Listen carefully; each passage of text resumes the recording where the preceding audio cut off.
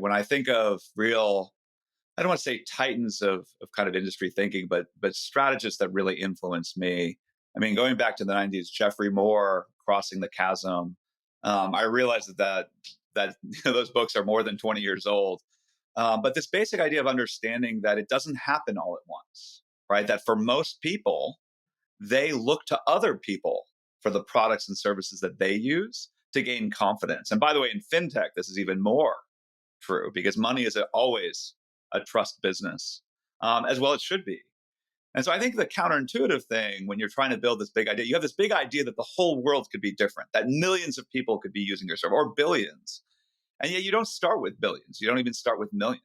I mean, you start in some ways with your first few customers and figuring out how do you design a great product for those early adopters that can then slowly scale over time to adjacent audiences to grow over time.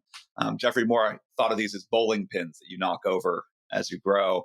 But that's actually the way it works in my experience with startups and services. You've probably seen that video, that old video that goes around the internet every now and again of that one guy randomly dancing at a concert on the field. And Yes. at first you're just almost embarrassed. You're like, well, he's really comfortable dancing alone. He's dancing alone for a lot longer than I would dance. And then suddenly a second person gets up and a third. And then all of a sudden you realize that intuitive thing that actually it's not that hard to join a group of 3 people. And it's certainly not that hard to join a group of 50 people or 100 people. And so I think for founders, keeping that in mind that there are most of your customers in the future are not ready for you yet. That there's a whole process of phasing. There's a reason why startups and venture funding comes in phases. You solve one problem at a time. This is how I feel as an angel investor. It's how I feel as a founder, and it's certainly how I pursue things. But different companies have different stories. Every now and again, you have companies that explode out of the gate.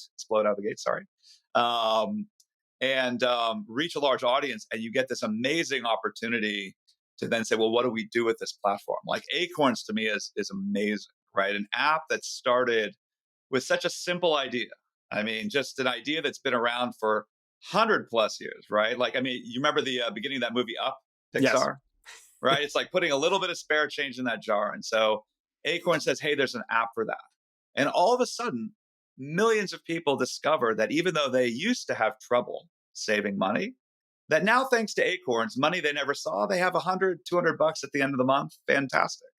And what has that platform turned into now, right? Almost 5 million paying customers who are using Acorns not just to save a little bit of money here and there, but they're saving for retirement, they're saving for their kids.